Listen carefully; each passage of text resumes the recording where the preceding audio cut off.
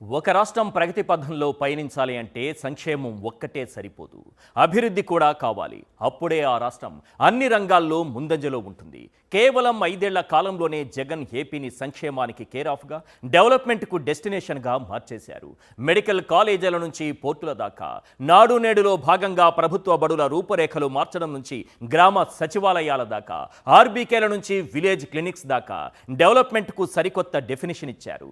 Visionary అంటూ డప్పు కొట్టుకోవడం కాదు, నిజమైన విజనరీ పనితనం చేతల్లో ఉంటుందని చేసి చూపించారు. గ్రామ స్వరాజ్యం ఎలా ఉంటుందో కళ్లకు కట్టినట్లు చూపించారు.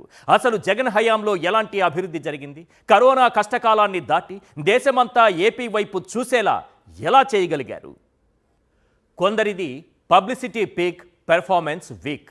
మరికొందరు చేసింది చెప్పుకోరు, చేయనిది తమ ఖాతాలో వేసుకోరు. ఈ తరహా మనుషులు మరెవరో కాదు, మొదటిది చంద్రబాబు, రెండోది జగన్. జగన్ చేసింది చెప్పుకోలేకపోవచ్చు, అమ్మఒడి తల్లికి వందనం అయిపోవచ్చు, విద్యా కానుక విద్యార్థి మిత్ర అయిపోవచ్చు, గోరుముద్ద డొక్కా సీతమ్మ మధ్యాహ్న బడి భోజనం అయిపోవచ్చు, మనబడి నాడు నేడు మనబడి మన భవిష్యత్తు అయిపోవచ్చు.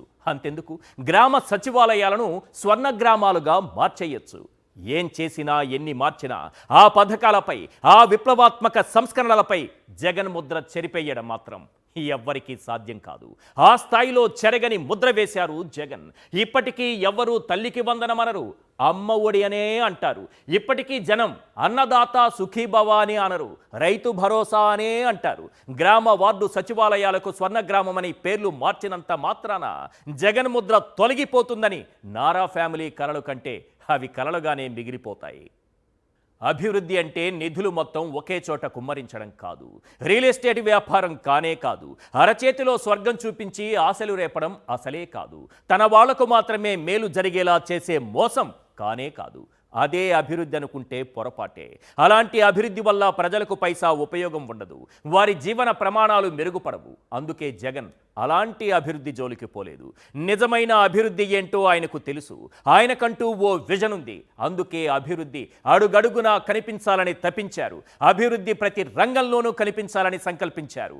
అభివృద్ధి ప్రజల జీవన ప్రమాణాలు పెంచాలని లక్ష్యంగా పెట్టుకున్నారు. అదే లక్ష్యంతో అడుగులేశారు. అనుకున్నది సాధించారు. 5 ఏళ్ల కాలంలో ఇంకాస్త స్పష్టంగా చెప్పాలంటే 2 ఏళ్ల కరోనా కష్టకాలాన్ని పక్కన పెట్టి కేవలం 3 ఏళ్లలో జగన్ చేసిన అభివృద్ధి ఏ స్థాయిలో ఉందో ఒక్కసారి చూద్దాం. అసలు జగన్ ఏం చేశాడనే ప్రస్తావన వస్తే ఆపకుండా చెప్పిన 24 గంటలు సరిపోవు సార్. అక్క చెల్లెమ్మలకు 31 లక్షల ఇళ్ల పట్టాలు, సొంతింటి కల నిజం చేసేలా 17,000 జగనన్న కాలనీలు, గ్రామ స్వరాజ్యం కోసం 15,000 సచివాలయాలు, ప్రభుత్వానికి ప్రజలకు వారధిగా 2.5 లక్షల మంది వాలంటీర్లు, అన్నదాతకు ఆసరాగా 10,500 ఆర్బీకేలు, పేదవాడి ఆరోగ్యానికి అందుబాటులో 10,000 విలేజ్ క్లినిక్లు, పేదలకు కార్పొరేట్ వైద్యం, 25 లక్షల వరకు ఆరోగ్యశ్రీ పరిమితి, రాష్ట్ర చరిత్ర తిరగరాస్తూ ఏకకాలంలో 17 మెడికల్ కాలేజీలు, ఉద్దానంలో kidney research and super speciality hospital, 750 కోట్లతో అదే ఉద్దానంలో రక్షిత మంచినీరు, 4 పోర్టులు, 10 ఫిషింగ్ హార్బర్లు, 6 ఫిష్ ల్యాండింగ్ సెంటర్లు, 17,805 కోట్లతో ప్రభుత్వ బడుల్లో నాడు నేడు, 130 భారీ ప్రాజెక్టులు, 1,00,000 కోట్లకు పైగా పెట్టుబడుల సాకారం. ఇలా చెప్పుకుంటూ పోతే చాలానే ఉంది డెవలప్మెంట్. ఇది మాత్రమే కాదు సార్. ఐటీ కంపెనీల నుంచి పరిశ్రమల దాకా, ప్రైవేటు ఉద్యోగాల నుంచి ప్రభుత్వ ఉద్యోగాల దాకా, రహదారుల నిర్మాణాల నుంచి మౌలిక సదుపాయాల కల్పన దాకా, పోర్టుల నిర్మాణం నుంచి లక్షల కోట్ల పెట్టుబడుల దాకా, వాట్ నాట్. కేవలం అభివృద్ధి మాత్రమే కాదు, రాష్ట్రానికి అంతకు మించి చేశారు జగన్. 5 ఏళ్లు అధికారంలో ఉంటే ఇంత చెయ్యొచ్చా అని సామాన్యుడు సైతం ఆశ్చర్యపోయేలా, ప్రత్యర్థులు సైతం ముక్కున వేలేసుకునేలా చేశారు. ముందుగా స్కూల్స్ డెవలప్మెంట్ గురించి మాట్లాడుకోవాలి. బాబు హయాంలో మూసేందుకు ముస్తాబైన ప్రభుత్వ బడులను కార్పొరేట్ బడులకు దీటుగా తీర్చిదిద్దిన ఘనత జగన్కు మాత్రమే దక్కుతుంది. అమ్మఒడితో పిల్లలందరినీ బడిబాట పట్టించారు. నాడు నేడుతో ప్రభుత్వ విద్యా వ్యవస్థలో నవశకం లిఖించారు. 38,000కు పైగా పాఠశాలల్ని ఆధునీకరించి పేద పిల్లలకు ఇంగ్లీష్ చదువులు అందించారు. అంతర్జాతీయ ప్రమాణాలతో కూడిన ఐబీ సిలబస్ను వారికి చేరువ చేశారు. డిజిటల్ విద్యకు బాటలు పరిచారు. కార్పొరేట్లకు దీటుగా పేద విద్యార్థులకు యూనిఫామ్ మొదలు పుస్తకాల వరకు విద్యా కానుక ద్వారా అందించారు.